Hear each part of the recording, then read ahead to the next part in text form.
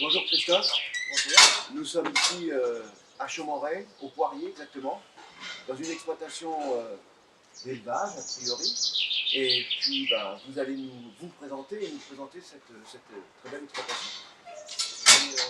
Je suis Christophe Barraud, j'ai 56 ans et ça fait 33 ans que j'exploite à la suite de mes parents et de mes grands-parents. C'est la troisième génération qu'il y a de l'élevage, donc je suis fier d'en faire partie. J'ai en plus pour m'aider une salariée à mi-temps, parce que l'exploitation a grossi, donc il faut aussi D'accord. Vous vivez à enfin un et deux sur l'exploitation. voilà. Et cette exploitation, alors a priori on voit des bêtes derrière nous. C'est de l'élevage. Expliquez-nous ce que vous faites exactement. En fait, je fais de la vache allaitante. C'est-à-dire qu'on fait véler des vaches avec leur peau, qu'elles élèvent jusqu'au mois d'octobre-novembre, c'est-à-dire qu'elles sont 6 mois au champ, l'été, et pour être sevrées au mois d'octobre-novembre, en fin d'année. Ça s'appelle du naisseur-engraisseur. On engraisse tous les veaux et les petits animaux qui sont sur l'exploitation. Donc à la différence de vaches laitières par exemple, qui eux ne produisent que du lait, nos vaches ne produisent que des veaux. Tout à fait. C'est ça. Des veaux mais qui seront engraissés. D'accord. Oui, vous les engraissez vous-même. Voilà. Les veaux naissent à peu près au mois d'avril, c'est ça? Oui, de mars à avril. D'accord. Vous les mettez, ils sont sous la mer à téter leur mère. Et après, voilà, et à l'automne, en gros, à peu près, vous les mettez au frais avec leur mère. Non, on les met au printemps et on les sépare à l'automne. Ah d'accord, vous les mettez au printemps au frais et vous les séparez. Vous séparez les veaux. La superficie de votre exploitation. On a actuellement 90 hectares et c'est en grande partie herbage. D'accord. Avec un peu de culture en complément, c'est-à-dire un peu de céréales, du maïs. Ça veut dire que vous produisez votre herbe, vous produisez votre maïs, vous produisez vos céréales pour pouvoir alimenter vos bêtes et vous avez très peu d'intrants extérieurs. On reste autonome en partie pour alimenter nos animaux. Et la commercialisation, alors, elle se fait au abattoir, elle se fait sur des professionnels, elle se fait sur des particuliers. En fait, le prix est négocié à l'exploitation avec le marchand de bestiaux. Donc après, c'est l'abattoir qui gère le prix avec la concurrence. Donc vous vendez à l'abattoir, et en fin de compte, après c'est l'abattoir qui va travailler directement avec les grandes surfaces, ou avec les moyennes surfaces d'ailleurs, ou avec les bouchers, je présume. L'abattoir peut travailler aussi avec les bouchers. Mais vous arrêtez votre action de vente, elle s'arrête à l'abattoir. Oui, oui, ça s'arrête dès que l'animal part, la transaction elle est clôturée. Eh bien, déjà, mes parents, j'ai toujours été avec autour des animaux. Après, aimant ça, j'ai fait une formation à l'école, un brevet d'école, en école d'agriculture. Donc vous êtes arrivé à cette profession par passion, vous avez vu ça faire. Et puis aussi pour continuer la transmission et l'héritage de vos parents et de vos arrière-parents. Tout à fait. C'est une grande fierté de continuer. Et puis qu'en plus, j'ai de la chance, j'aurai une entreprise géniale. Oui, d'après ce que j'ai pu comprendre, vous êtes la troisième génération et bientôt vous aurez la quatrième génération avec vous. D'accord, je vois ça.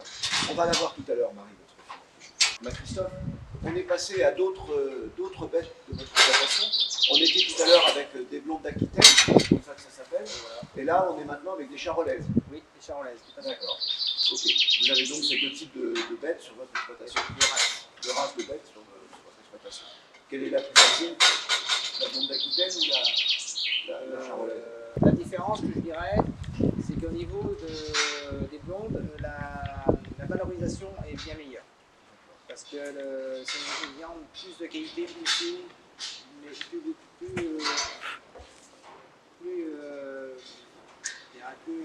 qualitatif. On a parlé de passion, mais la passion n'empêche pas les difficultés. À quelles difficultés vous êtes confronté dans votre exploitation et dans votre métier? Ça a toujours été le souci de l'élevage bovin, c'est les prix au kilo, les prix au litre de lait, c'est toujours été le problème. Et c'est vrai qu'aujourd'hui, nous, en tant que producteurs de viande, on ressent un peu moins de consommation, forcément parce que nos prix ont augmenté vu la crise qu'il y a eu. Et c'est un souci d'actualité. Maintenant, le Pays de Retz, c'est un pays d'élevage quand même. Oui, donc l'élevage en Pays de Retz, ça a quand même un avenir. Enfin. On est dans un secteur bocager et il faut maintenir l'élevage. Il faut plusieurs productions dans un secteur. C'est très bien, les zones qui sont pas vouées au maraîchage restent bocagères. C'est très bien pour l'environnement, pour l'espace vert, ça maintient des zones vertes. Ah bah c'est sûr que les agriculteurs, pour l'entretien du paysage et tout ça, vous êtes les premiers sur le terrain et les premiers, j'allais dire, écologistes au niveau de l'entretien du paysage. S'il n'y a plus d'agriculteurs, il n'y a plus de paysage, il n'y a plus de campagne. Comment vous envisagez l'avenir? Je vais essayer de pérenniser jusqu'à ma retraite l'élevage pour une reprise familiale. Donc, après, je ne vais pas forcément augmenter mon cheptel, essayer de faire de la qualité et aller jusqu'à... Ouais. Conserver les investissements que vous avez là actuellement pour votre fin d'exploitation qui n'est pas encore arrivée, loin de là, mais permettre aussi à votre fille, puisque Marie va reprendre l'exploitation, d'ailleurs. Ah, ben on va voir Marie quand même.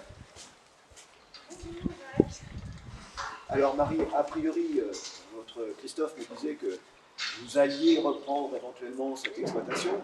Pourquoi reprendre une activité agricole? Pourquoi être agriculteur Parce que tout simplement, je ne vois pas faire autre chose. Je suis passionnée par la vache allaitante et je trouve quand même que c'est un métier très proche de la nature et c'est vraiment quelque chose qui me tient à cœur de travailler dans la nature, surtout dans notre beau bocage. On a de la chance d'avoir un bocage comme celui-ci et je pense que l'élevage de vaches allaitantes, c'est aussi un mode d'agriculture qui optimise notre territoire. Et j'essaye de porter plein d'avenir dans le monde agricole, il y en a besoin. Il n'y a pas beaucoup de jeunes qui s'installent maintenant dans les exploitations. Il ne faut pas trop regarder le côté revenus, vacances, mais je suis tellement passionnée que je pense que c'est largement faisable quand mon père partira à la retraite. De vivre sur l'exploitation et de vivre heureux sur l'exploitation. Voilà, c'est ça, c'est de se lever tous les jours et de ne pas se poser de questions, d'être content de ce qu'on fait. De la fierté aussi de nourrir les Français parce que c'est quand même notre métier et puis voilà, tout simplement. C'est un beau métier en plus. Donc la passion du père est transmise à la fille qui va travailler avec cette même passion après son père, après son grand-père, après son arrière-grand-père. C'est ça. Quatrième génération, c'est très bien. Et qu'est-ce que vous faites dans l'année? Pouvez-vous nous expliquer, pouvez-vous nous raconter comment vous vivez dans l'année? Qu'est-ce que vous faites? Comment le cycle de production? Vous avez des bêtes qu'il faut bien sûr véler. Et après, toute l'année, comment ça se passe? De toute façon, le métier est rythmé par les saisons, déjà. Et on a les vélages au printemps. La vache allaitante, c'est un mode d'élevage où le veau reste sous la mer pendant 6 mois. Donc, si vous avez la chance de voir des animaux dans des champs, des vaches dans des champs avec des veaux, c'est que ce sont des vaches allaitantes et c'est rythmé par les naissances et comme le cycle de la vie, comme les humains, c'est 9 mois de gestation. Au bout de 6 mois, les veaux sont sevrés parce que les mères ont moins de lait et qu'il faut refaire un veau parce que le but c'est quand même de gagner notre vie. Et puis, donc après l'exploitation aussi, on est autosuffisant. Donc on a élevage, mais il faut... C'est ce que me disait Christophe tout à l'heure, voilà. C'est-à-dire que vous produisez toute votre nourriture pour vos bêtes, presque, très peu en intrant extérieur. C'est quand même bien, c'est la preuve que vous gérez la qualité de bout en bout, la qualité du produit, aussi bien à la consommation qu'à la fourniture. Et vos bêtes sont donc, les saillies se font au mois de septembre, au mois de juin. Au mois de juin, j'ai donc en montée. D'accord. Donc en montée saillie naturelle, donc avec nos reproducteurs, on a des taureaux, chaque race. Et ensuite. Les naissances, on a vu avril, mai, juin. L'hiver, sont mis au pré avec leurs veaux. Voilà, En hiver, à l'automne, les veaux sont séparés de la mère. c'est ça. Et après, les bêtes, pour l'hiver, reviennent en étable. Donc voilà, les veaux sont séparés au moment où on les fait rentrer en bâtiment, tout simplement parce que c'est plus facile au niveau de la contention. Et on ne peut pas se permettre de laisser les animaux dehors. L'hiver, c'est beaucoup trop humide, on a des pertes humides. Donc il faut que tous les animaux puissent sortir des bâtiments. Donc l'été, les bâtiments sont vides, l'hiver, les bâtiments sont pleins. Et donc ça change aussi pour nous, parce qu'il faut contrôler une bête dans les champs. Si c'est faut se déplacer, quand c'est en bâtiment, tout est différent, donc on s'ennuie jamais. C'est pour ça qu'une journée type peut varier en fonction de la saison. En période actuelle, ben, vous avez des journées très chargées, surtout le matin, puisque vous préparez, vous levez, vous occupez de vos bêtes toute la matinée, c'est ça? Vous vous occupez de vos bêtes toute la matinée? Tout à fait. Du matin, on commence vers 8 h, et toute la matinée, on alimente tous les animaux, toute la matinée jusqu'à 13 h, et même le taillage. Après la journée, on pense à autre chose, on fait autre chose. Surtout en cette saison où vous faites de l'herbe, c'est ce que vous me disiez. Oui, à cette saison-ci, les animaux sont complètement à l'extérieur, mais il y a des cultures qu'on a place, le maïs par exemple. Et là, il faut le faire aussi pendant tout le reste. Eh ben, je vous remercie tous les deux.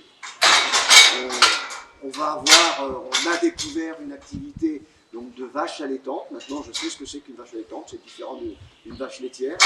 Et puis, bon courage à tous les deux et bon courage Marie pour la reprise.